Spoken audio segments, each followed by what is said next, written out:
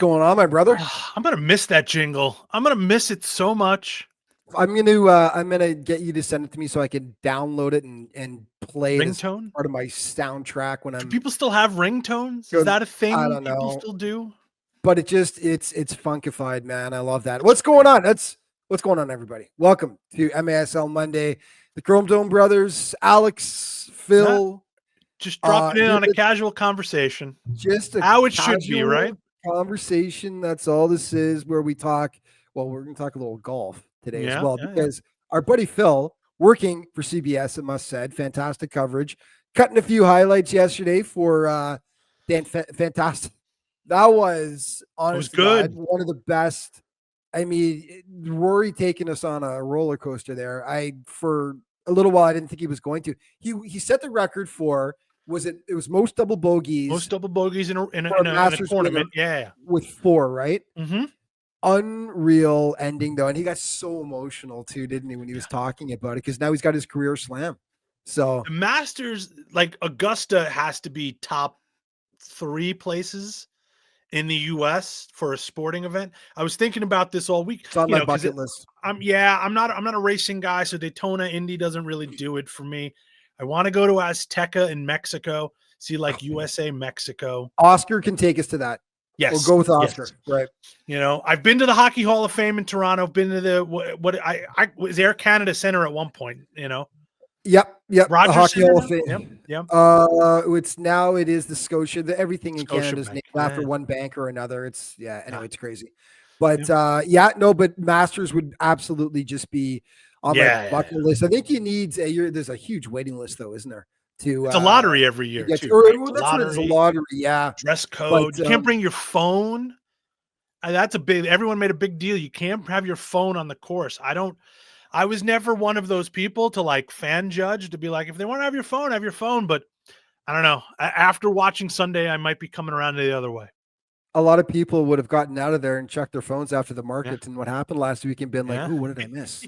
Kind of an important thing. But anyway, we are going to talk obviously about what went down this weekend, folks, as it was the kickoff of the Ron Newman Cup Championship Series between the San Diego Sockers and the Chihuahua Savage. First game in San Diego.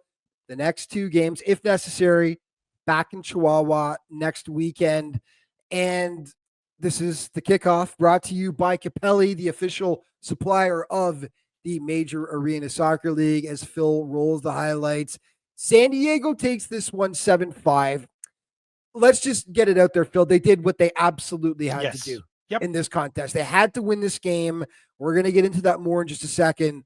But they never really seemed in danger in this contest to me. They were pumped. The crowd was behind them. Devoy Morgan had an absolutely massive game, but they had to win this game to have any chance back in Chihuahua.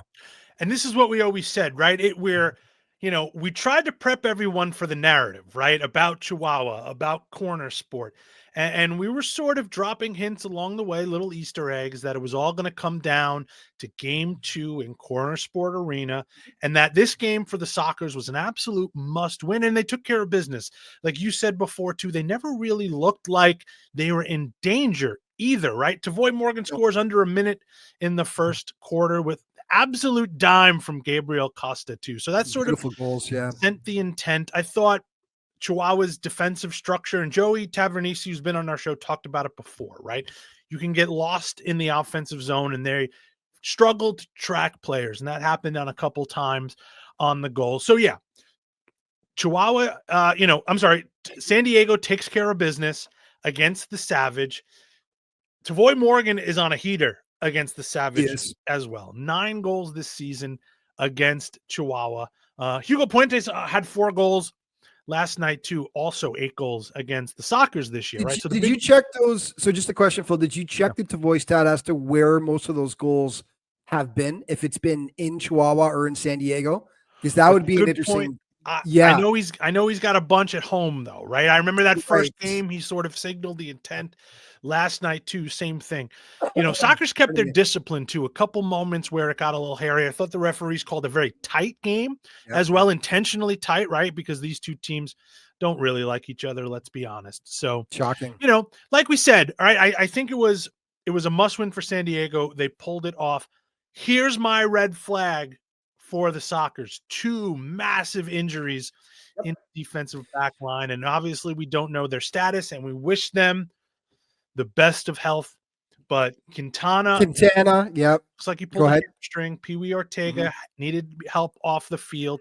They were speculating Achilles and legs and didn't look Not good, though. didn't look Not good. You want all hands on deck. And this is a question that has to be asked. And we don't know the answer to Yeah. this question is who will not be able to travel to Chihuahua? Who can't go? Because there's always visa issues Yep. with the Sockers going down. We saw that in the 12-2 game that they lost because, of course, they split the season series in the regular season. And they were missing a bunch of players during the 12-2 game. It's just going to make life that much more difficult for San Diego. Chihuahua unbeaten at Corner Sport Arena, which is the fortress. It's the absolute fortress. Let's talk about the dimensions. Yep. Most fields in the MASL are 200 feet by 100 feet, which is sort of standard hockey rink dimensions. Not in Chihuahua. It's 160 feet by 75.5, which actually is pretty close to what Baltimore's is as well. And we see the Baltimore home advantage. Yeah. Baltimore, I think, lost 1 game at home this season. So we see the advantage that these teams have, and they play off that. Their teams are built to play on these dimensions. San Diego has not won in Chihuahua since February 24th of 2023. The last American team to win in Chihuahua. But you know what? We've kind of prepped everyone for this all season. It's put up or shut up time for the Sockers, right? Got to do it. We'll all find out together when that roster comes out on Sunday who's going to play. We expect some of that Monterey contingent to sort of be there. We'll see who can make it from San Diego to play in this game. That's a built-in one, but you know what? They're not going to care if Chihuahua lifts that Ron Newman Cup trophy at the end of the day. And San Diego's not going to care if they lift the Ron Newman Cup trophy at the end of the day. How sweet would that be for the Sockers against all odds? Listen, San Diego and Chihuahua were almost interchangeable this season. They were both great teams. Chihuahua, same amount of wins and everything. Chihuahua ended up with 2 more points to claim the shield and get that home field advantage. The teams were so close. You put them on a neutral floor. I would really love to see what happens, but we know the advantage back that Chihuahua in San Diego, has. Frankly, right? Yeah, but we know the advantage that Chihuahua really has on the smaller dimensions. It's 8:05 Eastern time in Chihuahua on Sunday, game 2. If necessary, game 3 follows right away. So if you're San Diego, right, you got to keep your cool. You got to keep that defensive structure. They're a phenomenal defensive team. These injuries, they don't help, right? They just have to make sure Chihuahua does not get on those runs that they like to get on in Corner Sport. Easier 5 said goals than at a time. 100%. Yep. And that's easier what said than done. If you're the Savage, right? You have to jump on them the way that San Diego jumps all over you at front wave. You have to put them on the back, immediately 100%. punch them in the mouth, not physically, not really. Come on now. But, you have to make it uncomfortable for them. They're already going to be uncomfortable in those small confines, right? So if you're Chihuahua, now you've put the pressure on yourself, right? You've said we're going to take care of it at home. Now it's time to take care of it at home. Three-peat, they're looking for it. When we come back, folks, it is awards time. Phil and I were going to wear our tuxedo shirts, but unfortunately we found out about them. It was too short of a timeline for us to go out and actually get something, but it would have been a good look. But when we come back, we are going to start letting you know who won MASL awards this season, or MASL Monday. Coming back in just a minute. Welcome back, everybody. MASL Monday here on CBS Sports Golazo with Alex Bastiavansky, Phil Ivanko, the Chrome Dome brothers, and award season, my friend. Yeah, let's do it. Award season. We've got the nominees. We know the winners. I guess people are finding out for the first time. We're breaking the news. We don't usually break news. We're breaking the MASL news right now, letting people know. Let's start things off, Phil, with the Defender of the Year. And the nominees are, drum roll. Well, I guess we'll do that for the winner, the drum roll. But the nominees, Chad Vandegrift, Roberto Escalante, and Cesar Cerda. Three deserving candidates. Absolutely deserving. Great seasons from all of them. Escalante, the best defender, in my opinion, on Chihuahua, even though I think Romero sort of had a phenomenal year as well. Same for Cesar Cerda. He's sort of the rock in San Diego with the San Diego, Sockers. yep. And then Vandergriff in Kansas City, who had an unbelievable start to the year. That was probably the best defender in the early parts of the season, and sort of really had a standout season, in Kansas City. Well, let's do drum roll, please. And the winner of the Defender of the Year is Phil Chad Vandergriff from the Vandergriff. Kansas City Comets. Best defender in the early parts of the year by far. Carried that the entire way. Pretty inarguable, I would say, for defender of the year. I don't know. You keep saying the early part of the season. Are you disagreeing with this choice, or no? He's who I voted for as well. I voted for Chad Vandergriff as well. I think it carried. He won Player of the Week so many times. Yes, he won Defender of the Week so many times this season. Yes. Yeah. I talked to a lot of people around the league before my vote too, and because defending is kind of, it's more tactical than it is visual, right? Goals are very easy to see. Defending, not so much. You want to. I know trying to search for blocks when I'm doing highlights is not a fun thing to do. He did lead your favorite stat, Phil. He led the league in blocks with 81. I know you don't seem to like that stat, but I mean you're a defender, and I think he was first by at least 8 blocks. But listen, it's a great year. He had a great offense. He only had 6 goals and 5 assists this year, actually, which is a little bit down for him. But so solid on defense, man. It's tough to argue this one. I think. A defender's defender, a stay-at-home defenseman, as we like to say. Yes, exactly. Okay, let's look at our nominees for Goalkeeper of the Year. This was a tough one, man, because there were some exceptionally good goalies this season. And even ones that you think are left off this list, there's a lot of guys that could have been nominated. The 3 nominees are Chris Toth, Philip Ejimadu, and Diego Reynoso. Phil, any comment on the 3 before we get into our winner here? I think the finalists are accurate. These were the 3 that I was sort of debating between. Ejimadu sort of took the number 1 position in Kansas City and ran with it all year. I think he had a phenomenal year. Diego Reynoso is arguably one of the best goalies in the league, but he is in a time split, right? And that, I think, is difficult when you're evaluating. And plays on an exceptionally good team. So it's But anyway, 3 very worthy guys. And drum roll, the winner is Goalkeeper of the Year, Phil. Chris Toth of the Tacoma Stars. Now we get to say there's a little bit of controversy in this one. Let's not take this award away from Toth either, right? One of the best goalkeepers in the league. He led the league with 752 save percentage, which to me is usually the defining factor as to who, for me, is the top goaltender, is the save percentage. You can look at goals against average, you can look at wins, but to me, it's usually save percentage.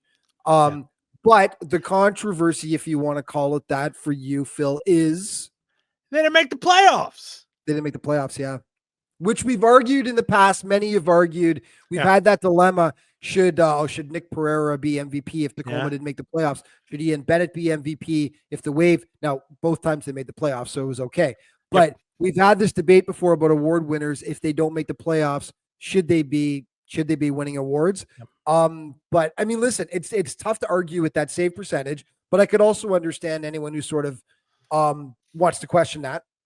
Yeah, and I voted for Ejimadu, right? I'll be transparent there because of the playoff thing, but I do think Chris Toth is a deserving winner just because his numbers were lights out better than everyone else's this season. So congrats, 2 times in a row now, right? Goalkeeper of the year, Chris Toth. Chris, absolutely. The newcomer of the year, there were some real good ones this year. The nominees are Chad Porch, Munir Alami, and Kelvin Oliveira are the 3 finalists. Interesting that Kelvin can make it in as a finalist for this, despite the amount of games that he played, which we'll talk about in a little bit as well. Totally agree. But the winner is Phil. Chad Porch from the Baltimore Blast, a deserving winner as well. I would say. Took the league Second by on the storm. blast in scoring, right? The top defender in the MASL. He had a phenomenal season for the Blast, sort of kind of under the radar, I think, in Baltimore a little bit, but then numbers and eye test, I think Chad Porch really had a phenomenal year and stood out. And I'm glad that he won Newcomer of the Year over Alami and Oliveira. Now, Alami, I'm so happy that he was sort of listed as a finalist because he had a great year for Empire. Yep. And then Kelvin in Utica, of course, had a tremendous year. But Chad Porch is the deserving winner of the Newcomer of the Year. 33 points, 11 blocks, top scoring defender in the MASL as a rookie. I mean, that's pretty phenomenal. We'll talk a little bit more about Kelvin when we get into maybe MVP chat in a little bit here. So fantastic job by Porch though. Very few guys are able to come to the MASL and play the way he did. So great stuff. And coach of the year, another interesting one. Onua Obasi from Empire, Edgar Martinez, and Dave Bascom from Baltimore. 3 really good choices here, Phil. 3 really good choices, and 3 because coach of the year is always like expectations v where the team finished, and you do that sort of formula for coach of the year, and we have those candidates here, right?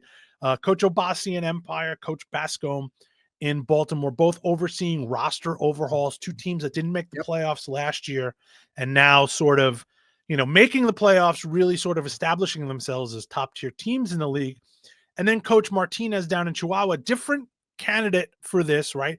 Because they were a good team, but sometimes those good teams kind of, through various reasons do not live up to expectations. And it's difficult to live up to those expectations sometimes as a good team. Look at Pep in Manchester City this year compared to all other years, right?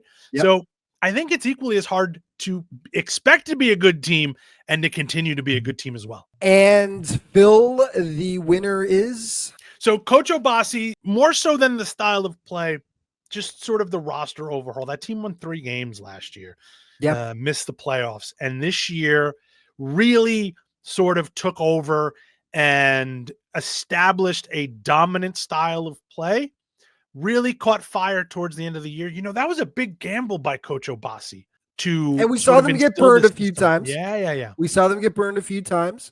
But that relentless pressure also that they have on the other team, like listen, it was a live by the sword, die by the sword kind of thing, wasn't it?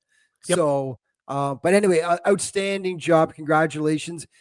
Finally, let's do MVP. Best picture. And, here we go. The nominees: Jorge Rios, Alex Sanchez, Hugo Puentes, and the winner is Phil. Jorge Rios, the overwhelming winner of the MVP award. Congratulations to Jorge. Led the league in points, which is usually the indicator that you're going to win an MVP in this league, but a great season. And coming back from the knee injury that he had, he was the MVP, Ron Newman MVP 2 seasons ago, barely played last year, and scored some big goals for them too, and really led by example. Showed up in big moments for the Savage as well, and you can get lost on that team of all-stars. Just a magic season from Jorge Rios, and really a deserving winner in my opinion. Yeah, so I mean, all 3 great nominees, great seasons. I'm going to add my 2 cents here. I know that he wasn't eligible, correct, Phil, due to the amount of games that he played, but if Kelvin Oliveira meets that threshold, he's the MVP to me. Nobody changed games like he did. Nobody meant more to his team's success this year. 29 goals, 13 assists, 42 points in 12 games Kelvin had. Led the league in points per game with 3.5. The team 9-3 without him, 4-6 without. No player had that kind of effect. When he was dropped into the lineup, it made all the difference in the world. That being said, not eligible. He was not the MVP. I don't disagree at all. Jorge Rios, great choice, but it would have been fascinating to see what Oliveira could have done over a full season, Phil. But we're running out of time here, so we got to stop this segment now. Segment 3 coming back in just a moment, where we are going to talk about the MASL first and second All-Star teams. MASL Monday, back in just a moment.